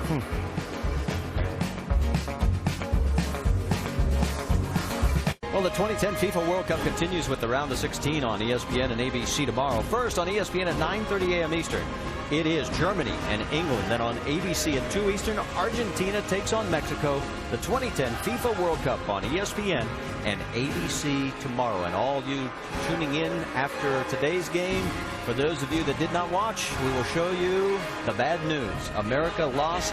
Ghana for the 2nd World Cup in a row eliminates the United States. The final score, 2-1. Let's talk about the battle for the race lead now, as we are now working lap number 140. Kyle Busch has about, that much over his teammate Joey Logano, and they have pulled away from Brad Keselowski by 5 seconds, guys. Yeah, with all this room that they have on the other cars, Dale, I got to think that Joey feels like he's maybe got a better car. He's been locked to the rear bumper of this 18. And it makes me wonder whether he's just trying to assess what he has here with this 18 and what he's got to do to beat him. Yeah, that looks a lot like that. He runs up to his bumper, but it may be more that he's losing the front end like you were talking about a while ago. It's a very difficult place to pass, especially when two cars are pretty equal. Coming up on lap traffic, the 89 of Morgan Shepherd. 5 times in 2009, these two finished 1 and 2. Notice where Kyle finished ahead of Joey. In the one and only time that he won this 1-2 matchup was right here at New Hampshire. And like Alan said, maybe he can turn the table right here. And remember, Kyle would become our first repeat winner in 24 races here at New Hampshire. Joey Logano could be our 24th different winner. On board right now with Stephen Wallace. We told you about the problems he had. He's running 18th. He needs to get around one more car, Tony Raines, to get the lucky dog position. He's 1 lap down, but a little bit earlier, it looked like he was trying to find his way through all this. Hello. It's Robert Richardson Jr. Nobody really had a serious damage. A little fender damage on the 23, but everybody else seems to survive. And there is Steven. Like we said, he's got to get past Tony Raines right now, and he is running quicker laps than Tony. And then he's got to hope for a caution to get back on the lead lap. And why is that important? Well, there's only 16 cars on the lead lap right now, and if we had a late green-white checker, you're right back in this because you're only in row 8. That's right. And the only way that Stephen Wallace can race those cars in the top 16 is to get on the same lap with him. And there's the 34, just a couple of cars ahead. So that is the race for the lucky dog position. Tony Raines has it, and the 66 of Stephen Wallace wants it. They're both going under the 39 of Charles Lewandowski. Lewandowski wasn't really supposed to be in this race. Peyton Sellers was disqualified, fuel issue, and he's out there and still running strong. And there's the difference between first and second. Back here at New Hampshire, we are under our 3rd caution now. As you can see, everybody at pit road has opened already, and the race leaders. Mike Bliss has an engine problem. Don't know exactly what the issue was, but he was 13th. Let's go down to pit road. Dave Burns. Leader Kyle Busch is in there talking about 2 tires. Kyle says, I don't know what it'll take for me to get away from him, but I just can't seem to do it till about 40 laps. They do take 2. 20 car of Joey Logano, they're talking about 2 tires as well. That'll be the same. He gets down off pit road behind his teammate. Vince. The 33 of Kevin Harvick, you see they're making a 4-tire change on the 33. Harvick says the balance is good, but he just can't go anywhere in traffic. That's the problem for Harvick. The 22 of Brad Keselowski, he says it just gets tighter and tighter as they go. They made a 4-tire change with a track bar adjustment. So the 2-tire, 4-tire strategy with 52 laps remaining here. And both Joe Gibbs cars, you take a look at the Nationwide Insurance race off pit road, hold station. Edwards, Harvick, Sadler, Menard, Allgaier pick up 1 each. New England 200, that is what the team is working on with Mike Bliss, as our old late friend Benny Parsons would have said. He blowed up. Yep. What it looks like here. You see, you know, but Bliss kept saying he felt like he had oil pressure, didn't know exactly what it was, but he's in there trying to diagnose it. Our Aaron's lucky dog goes to the 34 of Tony Raines. Yes, he did hold off Stephen Wallace, and but Wallace was one of several 7 waiver rounds. Kenny Wallace, Danica Patrick, Willie Allen, Stephen Wallace, Ricky Stenhouse, Eric McClure, Michael Annett, and race leader Kyle Busch and Joey Logano head for turn 1. Yeah, first time we've seen the leader choose that outside lane. Restarting today. Kyle Busch trying to see if he can make it work. Kevin Harvick going to try the high side. Not going to get any help there for the race lead. Look at the freight train behind him. And boy, the 32 Reed Sorensen, he's getting eaten up right now. 2 cars have easily gotten past. Here comes Allgaier. See Harvick behind these 2 leaders. And here we go, a pass for the lead. Now Logano's got the advantage off turn 4. Drag race down the front straightaway, side by side. Harvick's got the best seat in the house. Kyle trying to take it back. Harvick's also got the best tires. He changed 4 tires that last stop, and these 2 cars took 2 tires. Carl Edwards right in this mix as well. And these 4 cars are opening up a gap over the 2 Penske teammates, Brad Keselowski and Justin Allgaier. And what you're seeing right here is 2 cars that are on 4 tires, Carl Edwards and Kevin Harvick, against the 2 Gibbs cars that are on just 2 tires that last stop. Well, that was really surprising, those 2 guys being the leaders. I would have thought that they might have taken 4 there because they weren't going to lose many spots, and they've shown that they've been able to pass, and it might have forced the other guys maybe to take 2 tires, and then they would have been in a better position. But well, they've had the best cars all day. The Gibbs cars have by far been the best cars, and they probably felt like if they just didn't give up that track position, even if they were just a little off with those left sides, they could still hold the lead, and they still might. I mean, they're still first and second. First place, Kyle Busch has opened up a bit of breathing room by about 0.4 of a second. Yeah, look behind here. Brad Keselowski lost 5 spots on pit road with a really bad pit stop, 19 seconds plus. Yeah, they had a problem. They had a problem with a jack. Now let's listen to his radio before the pit stop. This is it, Picker. You can do this one. I'm feeling it right here. Get me out right here. I think I can do this. And then here is the end result of the pit stop. Yeah, everything's going pretty smooth. They come around to the left side. The jackman slips a little bit. It doesn't get the car high enough. You can see the left rear guys are saying, get it up, get it up. It's not high enough to get the tire on. That's just the absolute worst possible time for that kind of mistake. So now the driver has to try and pick up the team, and he's doing all he can right now. There's the pit crew comparisons. He's gone from... Yeah, you can see right here, just looking, 19-second stop. Lost him 5 spots. Yeah. All on the left side. Since they've thrown the green flag, though, he's been slicing and dicing through all of this. He's made short work of those cars that were around him and in front of him. Well, he came in 3rd, went back out 7th, and now he's worked his way back to 5th. And there is the top 5, in fact, the top 6 right there, with Trevor Bayne also in this mix. He has slowly started to work his way towards this front. Yeah, Trevor Bayne doing a nice job. I spoke with him in the garage area the other day as we see Carl Edwards coming here. Yeah, Kevin Harvick just slipped down in turn 1 and 2. See Edwards taking advantage. Talking about Trevor Bayne, that he was really excited. He said he really likes this. He has probably had more time on this racetrack running the East Series here over the years, and really enjoys the challenge that this track presents. Looks like he's got his car pretty good too. Brad Keselowski, whoa, they come awfully close as they head into 1, but Keselowski on the low side trying to clear the 33, comes up on him a little bit. Oh, and just barely Harvick tries to stay, and he is still out there. They bang a little bit on each other. I tell you, Brad better be careful right there with Mr. Harvick. He can see a big chunk of his points lead go down the drain. Right now, you mentioned the points. It's exactly where we started, 237, based on where the 2 top contenders are. There goes the 60 with Brad Keselowski right behind. All right, let's get an update on Kevin Harvick's situation, Vince. Well, you just saw that little bit of contact with the 22. Harvick came on the radio right after that, but he did not have harsh words for Keselowski. In fact, he just said, I'm loose at the beginning of the run. It gets so much better, but early stages of the run, the car's really loose. That's what he's dealing with right now. All right, thanks for the update, Vince. 41 laps to go. 7 away from another record. That's what Kyle Busch is. If he leads 7 more, it becomes the all-time lap leader in series history, passing Mark Martin. Another record for Kyle Busch, and that's all he needs to become the all-time lap leader in NASCAR Nationwide Series history. His margin right now, a half a second over teammate Joey Logano. Carl Edwards is 2 seconds behind. Brad Keselowski is in 4th. Kevin Harvick rounds out the top 5.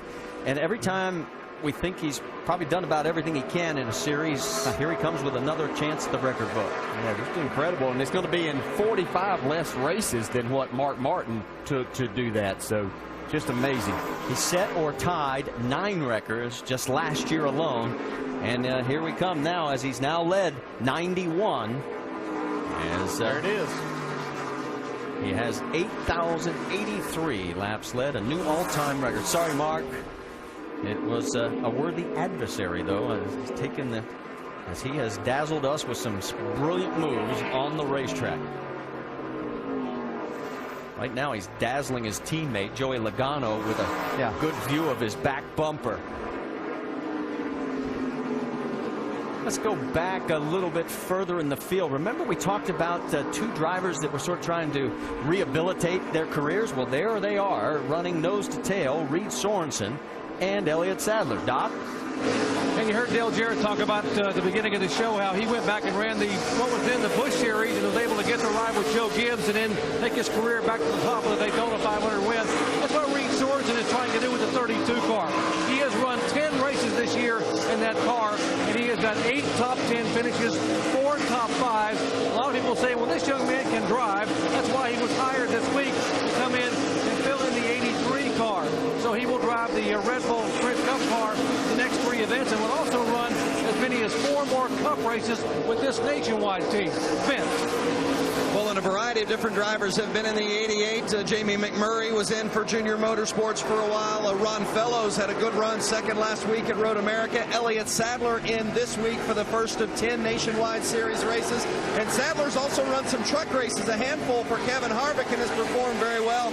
Elliott says it's been a big confidence booster for him, and he really wants to do well in this Junior Motorsports car. He and Dale Jr. have been friends since their late model days as teenagers. He said, I want to run well for Junior. He's got a top 10 run going right now.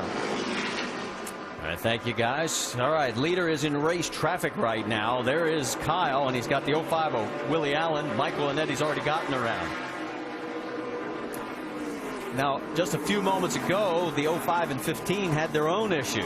Now, they've been racing really hard just before these leaders caught them. I don't know what's going on here, but you see them getting together a little bit on the back straightaway. Oh, a couple of times. Bet Kyle Busch is glad they sorted it out before he got by him. Well, the 15, and that's lucky he doesn't have a cut left rear tire out of that exchange, but everything's good. And Kyle just, when they get in traffic, he just makes such short work of whatever these guys are doing, and he just opens that lead back up. Speaking of our leader, there is Kyle Busch. He's coming up on Mike Wallace. Mike has 3 laps down, 26th place, and also Danica Patrick. She is right now 31st, 4 laps behind, soon to be 5. Doc, give us an update on the 7. Marty, we're talking at the top of the show that all they wanted her to do was come to this very, very difficult racetrack and get laps and get better each and every lap. And that is indeed what she's done. That's a little shunt early on with Morgan Shepherd.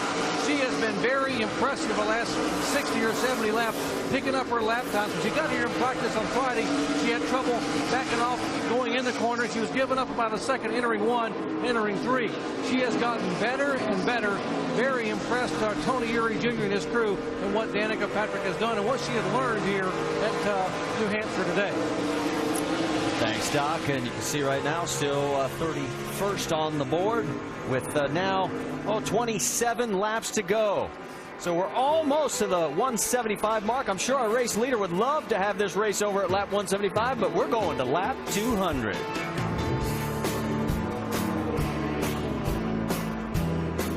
Now we've got a caution flag out. You can see the results of what's happened to Mark Green. He was running 33rd. It was a long day, and it just got a lot longer. Yeah, by looking at this car, I would say that he went in the corner and didn't have any air in that right front tire. See right there, man, that is a hard lick. Flatten the right side of that thing. So, as I said, actually, I should correct myself. It's our 4th caution. The fewest cautions we've ever had here is 3. Take it to the garage, Mark. Take it. And you hit hard here. Yeah, you do. You don't realize the speed that you're carrying, and you don't, even though the wall's out there, you're running down on the bottom, you just can't get the car slowed down, especially in a situation like that where it probably blew going into the corner.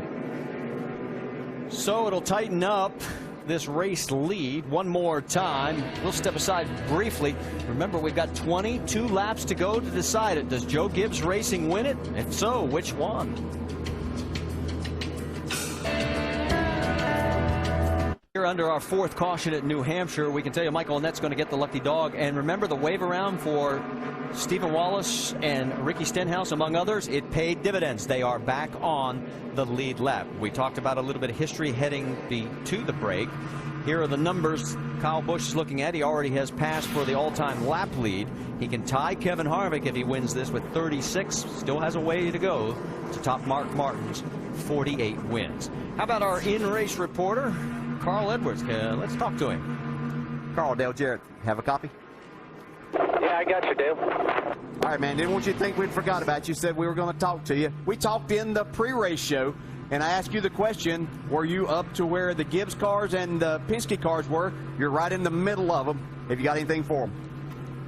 I don't know, man. I was just telling Drew, you know, the 18's got 2 tires, I guess. 20's real fast. Maybe they'll start racing real hard. I could steal this thing from them. That'd be great. We've been really good on restarts with this Copart Fusion. And Drew's really done a good job in the pits, you know, getting the car like I wanted. So I'd say our balance is perfect. It's just up to me and good fortune if we can get this thing. Is there one place that you are struggling with your car any, or you see them beating you? We're struggling just a little bit off the corner, just a little bit, driving off the corner. The car is real good in the center, and it's pretty good in, and just see how this double file restart goes. You know, you just never know what's going to happen here. Okay, man, good luck. Thanks for talking with us, buddy. DJ, thank you.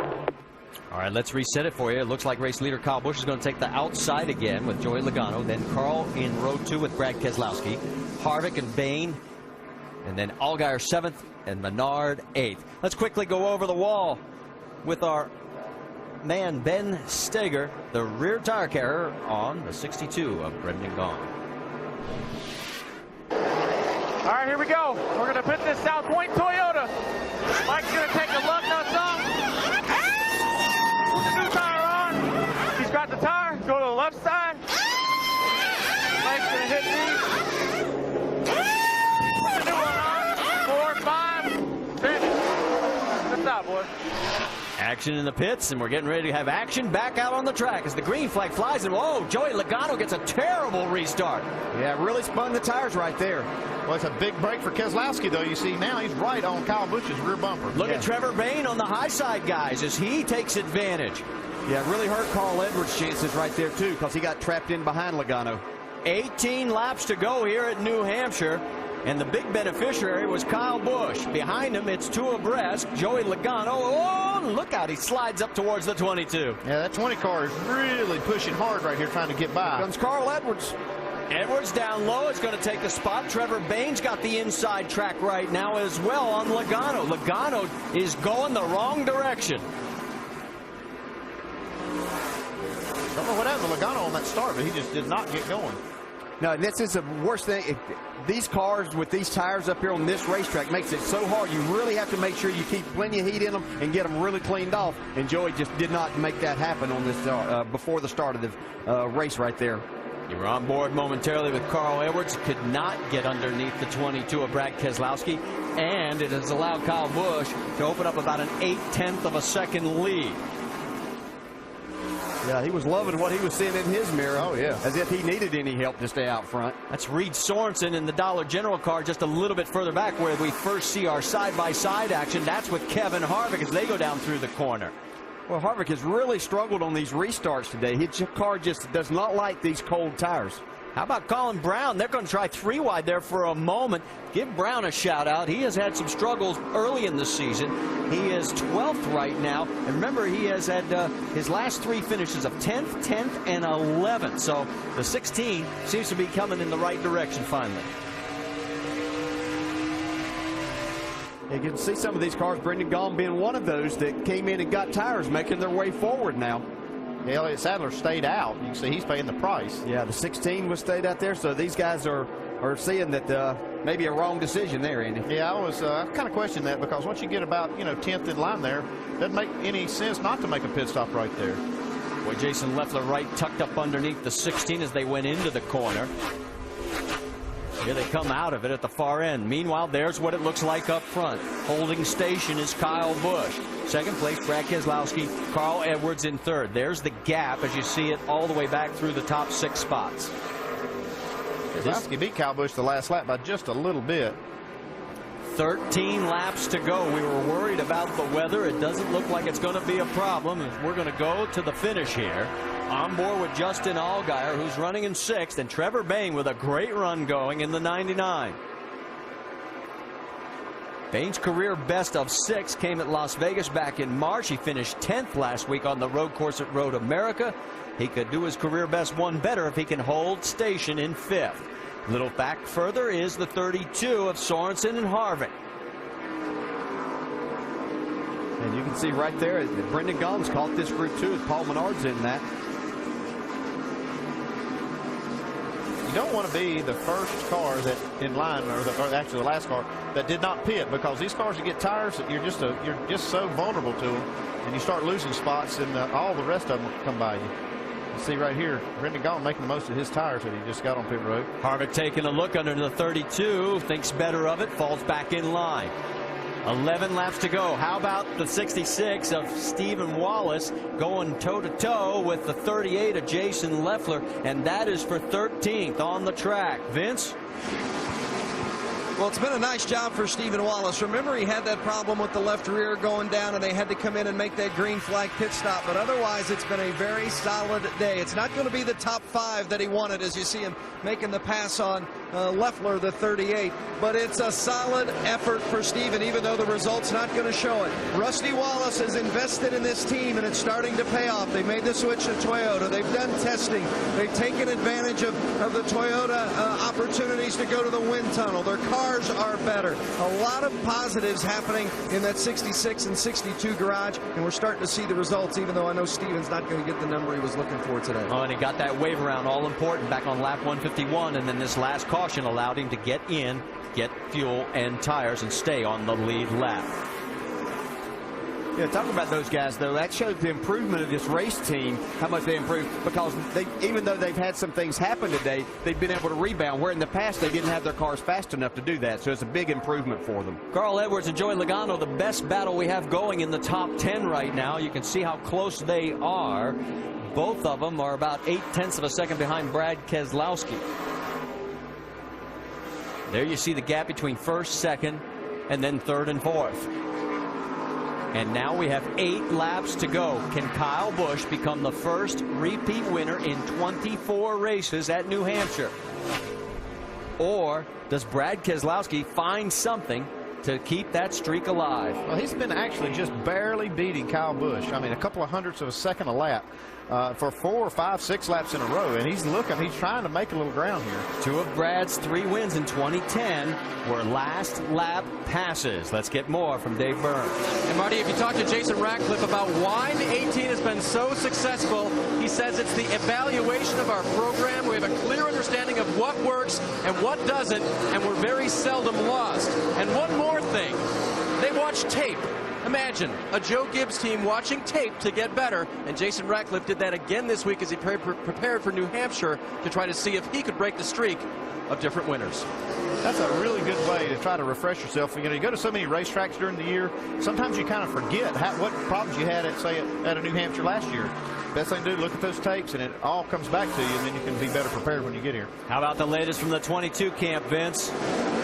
Well, his spotter, Joey Meyer, has come on the radio to Brad Keselowski, and he's told him the lap times the last couple of laps. Brad's been just a little bit quicker than Kyle, and he says he's getting bigger in your mirror or in your window. I know he is, as Keselowski starts to close the gap. Remember at the beginning, during the countdown show, we talked with crew chief Paul Wolf, who used to race here as a driver, and now he's Brad Keselowski's crew chief, and the things that they have done as a crew chief that he feels maybe gives them a little bit of an advantage because of his racing history. They just came on the radio a few moments ago, said perfect corner, Brad, and that's exactly the kind of things that Paul Wolf has been helping Brad Keselowski with in this transition here at New Hampshire. This time by 4 laps remaining. Brad Keselowski, if he has anything left, has got to find it. It is a 0.7 of a second lead. He's putting everything on the line, and so is Kyle Busch. They ran identical lap times last time by.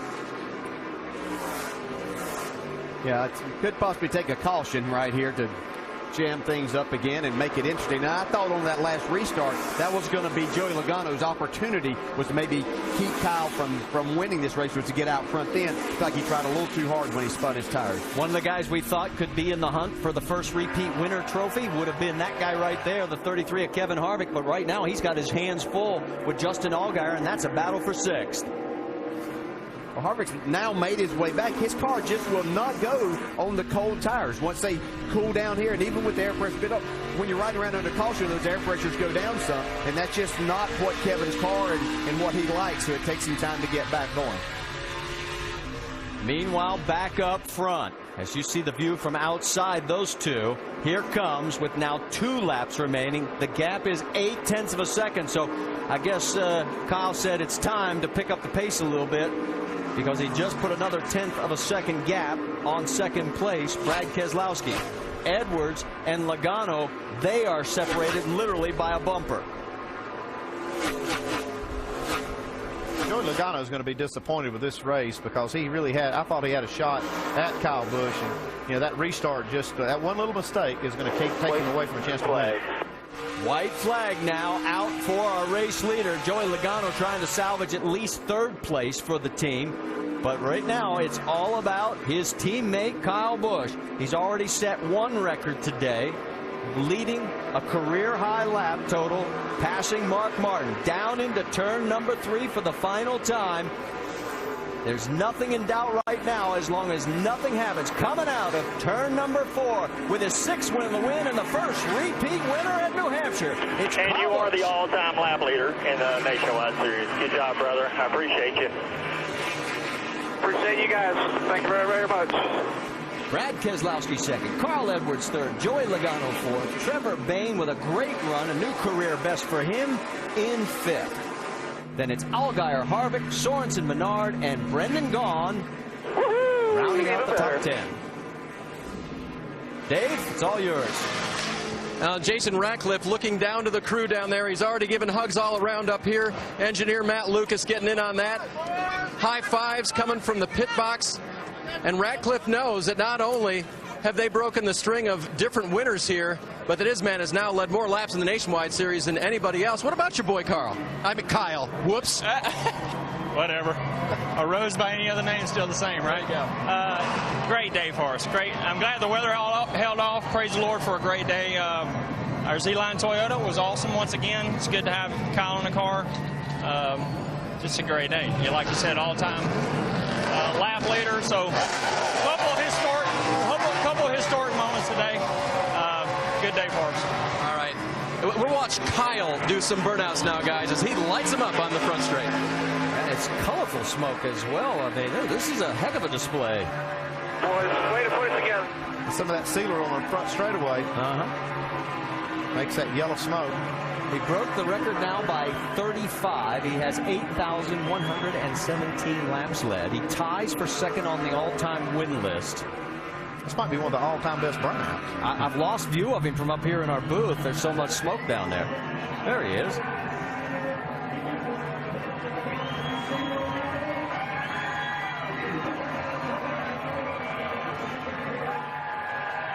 You can barely see him through Might see the bow. There it is. There it is. All right. While we wait for Kyle to make his way to victory lane, we'll step aside for a quick break as he catches the flag to the salute of the crowd. Definitely a big day for Kyle Busch in the NASCAR Nationwide Series.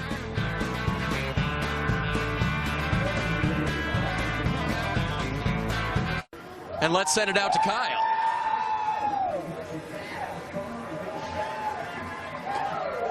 Big shower from the crew. And a few smart people waiting by the side. But you don't mind getting soaked after all that, Kyle. What a day for you. And on a day when it looked like you might not have the best car near the end of the race. It was a good car, you know. These guys did a great job for me. Can't thank Z-Line Designs, Jim Sexton, Jim and Monica enough, you know.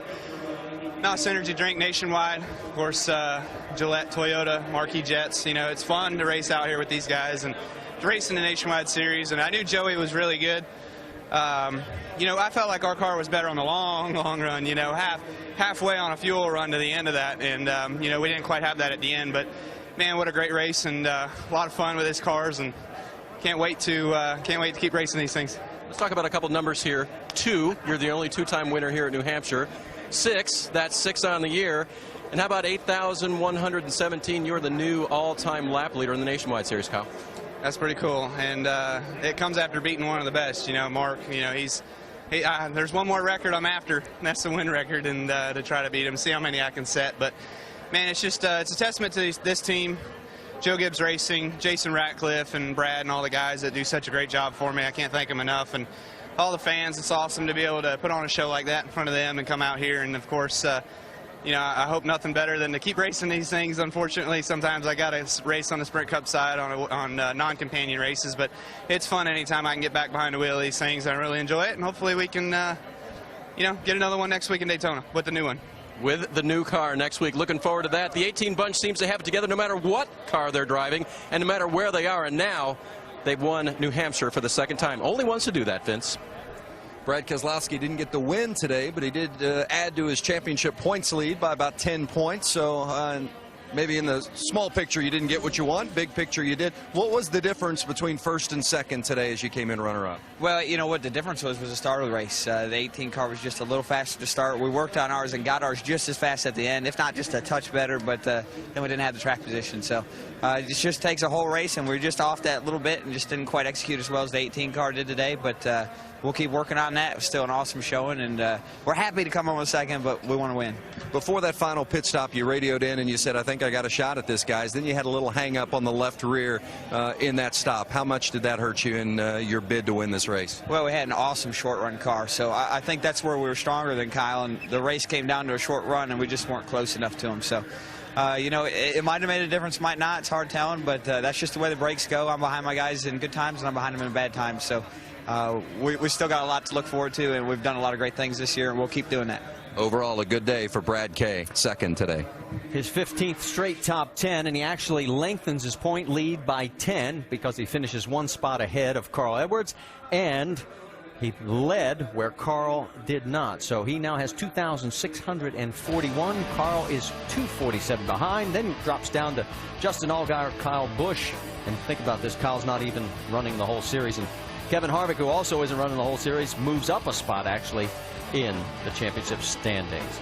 If you remember how we started the day, if you didn't, lap 7 was unlucky for car 7 as the 89 Morgan Shepherd gets into the quarter panel and both go around, but the worst of the damage was on Danica Patrick's machine, and that's not the way she wanted to start the day.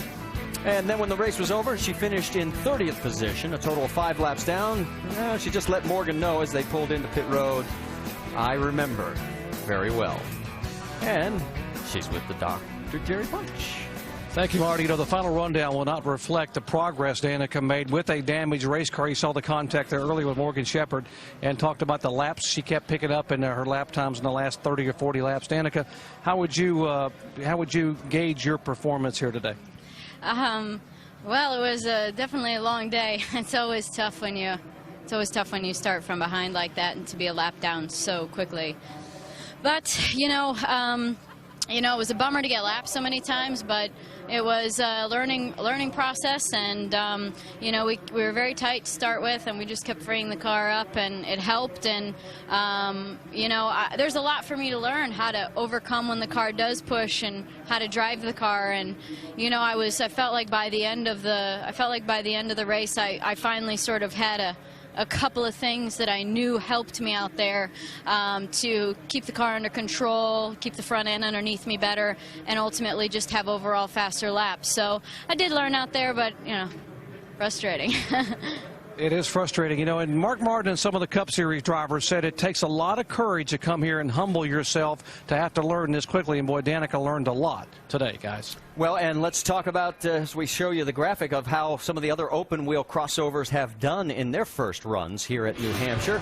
And you can see that Tony Stewart, of course, he can drive anything. He may be the exception to any rule. Montoya finished 34th, and Dario Franchitti started 10th and finished 13th. Danica finished 30th today. Stay with us. We still have a lot more coming from right here at New Hampshire.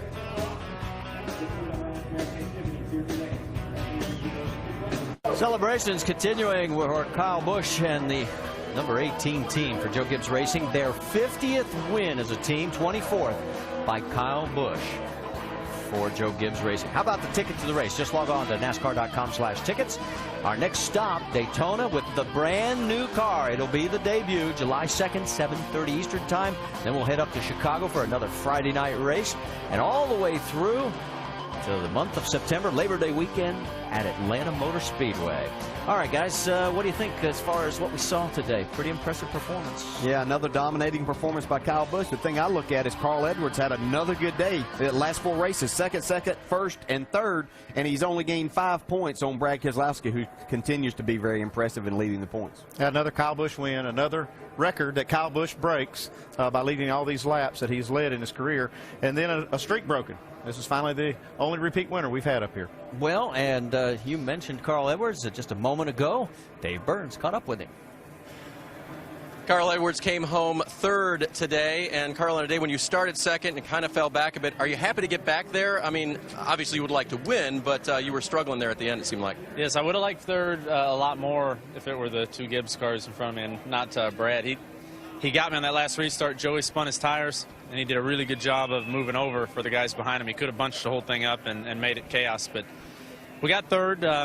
You know, the last few weeks have been really good for our Copart Fastenal Fusion, but the problem is we're not gaining points on the leader. So we just got to keep doing what we're doing, keep working hard, and hopefully over these next 10 or 15 races we can close that gap. So just proud of my guys. They did a good job. I got to say hi to Kate and Annie at home. Love you guys. You've improved so much in the last few weeks, equipment-wise. The cars seem to be so much better. Do you know what was missing today?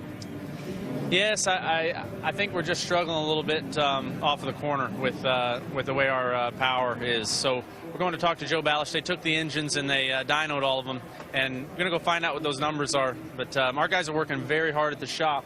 We just don't have the availability or the ability to run that FR9, and so maybe that'd be something we could work out with Joe, make these Fords more competitive, because our cars are great. We just got to be faster down the straightaway. All right, Carl, still trying to make it a great championship run. Second still to Keselowski. Gained a little bit of ground last week and about stayed the same this week. Also a great run belonged to the 99 and Trevor Bayne, a career best 5th place today. And I know getting to the end of the race is going to be one of the goals for this team. And your crew chief, Jerry Baxter, is trying to get you to understand that sometimes you, as a young driver, you got to slow down to go faster. Hard to do that at a place like Loudon, isn't it? Yeah, they say run 80%. I say, okay, Jerry, but it's still 100% all the time. You know, you can't make a race car driver go 80%. But this was a great run for our Out Pet Care Toyota today. Couldn't have come at a better time. You know, we really needed these strong runs coming on. We went through a little slum in the middle of the season, but we had an 11th at Kentucky, 10th at Road America, now 5th here, and all the Out Pet Care people were here today to watch, so they were here to support and had a great time. Gary Bechtel was here, and our car was really strong all day. You know, we had a really uneventful day, rode up front, you know, top 10 to top 5 all day, and that makes for a fun race, you know, and you got to thank Nationwide Insurance for putting this series on and letting us come out here and have fun with it. Strong day for the 99, a career best 5th for Trevor Bayne. Doc? And right in front of him, finishing 4th, Joey Logano. And I walked over to talk to Joey. You would think you finished 40th. He seemed somewhat disappointed with that today. Why? I screwed up. Had driver error, I guess. Yeah, it sucks. I don't think we were going to win the race. I thought maybe we'd have a shot at it if it stayed green and we didn't get that caution. It seemed like I was running Kyle down. I'd be faster a few laps, he'd be faster a few laps. So it'd been tough to pass him, but I felt like I had a better shot that way. And when the caution came out, I didn't think I could spin my tires. You know, I didn't think it would. I was really gunning it down the back straight when the caution, trying to spin them, and they weren't. I was like, I think I'm all right if I just hammer down on this thing. So I went for it and just too aggressive on the throttle and spun my tires. So probably would have finished 3rd. We weren't that last green flag run. We weren't that good after that. You know, we struggled to keep up with the 60, and then the last 3 laps was finally good enough to get to them, and it's just so hard to pass at this racetrack. So. It's disappointing. I feel bad for the guys. They work hard, and they deserve better than that. But, you know, if we were lucky, we would have finished 2nd, but probably 3rd. And even with the spinning tires, a very impressive 4th place finish for Joey Logano. Dave?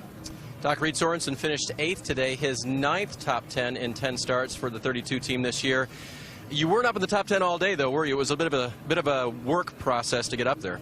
Yeah, we lost a little bit of track position. We had to screw in a window brace under the green flag stop. That held us back a little bit, and we almost actually went a lap down there, and pit crew did a good job the rest of the day to try to get us back up there. It was really hard for us to pass, so losing that track position didn't help us, but the Dollar General car overall was okay. We were really good going in through the center. We just missed it a little bit on corner exit, so we'll try to get it better before the next short track race, which is Gateway, one of my favorite places, so hopefully we can get a little better before then. All right, Reed, going back to Gateway soon. Love fix that, I think, and they should be pretty good. Marty? All right, David, we'll take it over here in the pit studio as we get set to wrap things up from here in New Hampshire on the day. So the rain held off, and Kyle Busch held off the competition and became the first repeat winner in 24 years of NASCAR Nationwide Series racing here at the Magic Mile. Now we think ahead, Brad, to next Friday night with a lot of exciting things happening in Daytona. So excited. We get to see the new body styles next week in the Nationwide Series. It's going to be fun to watch these guys draft those things, see what they're made of. It's going to be a lot of fun in Daytona. Wait till you see what the Ford and the Dodge look like, Ford, the new car Dodge, body Chevrolet, styles. the Impala. Toyota, yeah. Yeah, man. Going to be exciting. We get to see what the new cars race like, of course, on the always exciting Daytona International Speedway layout with the drafting and the different bump drafting and things that'll go on there. And Dale Jr. going to be behind the wheel of a 3-car. Always a threat. That'll be fun to see. That is all next Friday night at Daytona. Make note of that. Friday night, the Subway Jalapeno 250 at Daytona from 7:30 Eastern Time on ESPN. Coverage beginning with NASCAR Countdown. And just to put a button on this day, what can you say about what this young man has accomplished, except he makes the amazing look routine? Yeah, he has truly been remarkable in this nationwide series. He is a great champion. He is an outstanding race car driver. Every time he closes that window net, he is a threat to win, and he is sure is fun to watch. And right now doing something that never seems to get old for him, celebrating winning. That's what he's here to do, and he's done it again today. Kyle Busch with his 6th win of the season, and again, the first repeat winner ever in 24 years of NASCAR Nationwide Series competition here at the New Hampshire Motor Speedway. Coming up next is Sports Center here on ESPN, and don't forget, next Friday night, the Subway Jalapeno 250 from Daytona at 7:30 Eastern Time on ESPN. This has been a presentation of ESPN, the worldwide leader in sports. Kyle Busch, your winner at New England's largest sports stadium today. This copyrighted telecast may not be reproduced, retransmitted, or used in any form without the authorized written consent of NASCAR Broadcasting. NASCAR would like to thank all of our loyal fans for your continued support, and we hope you enjoyed today's broadcast.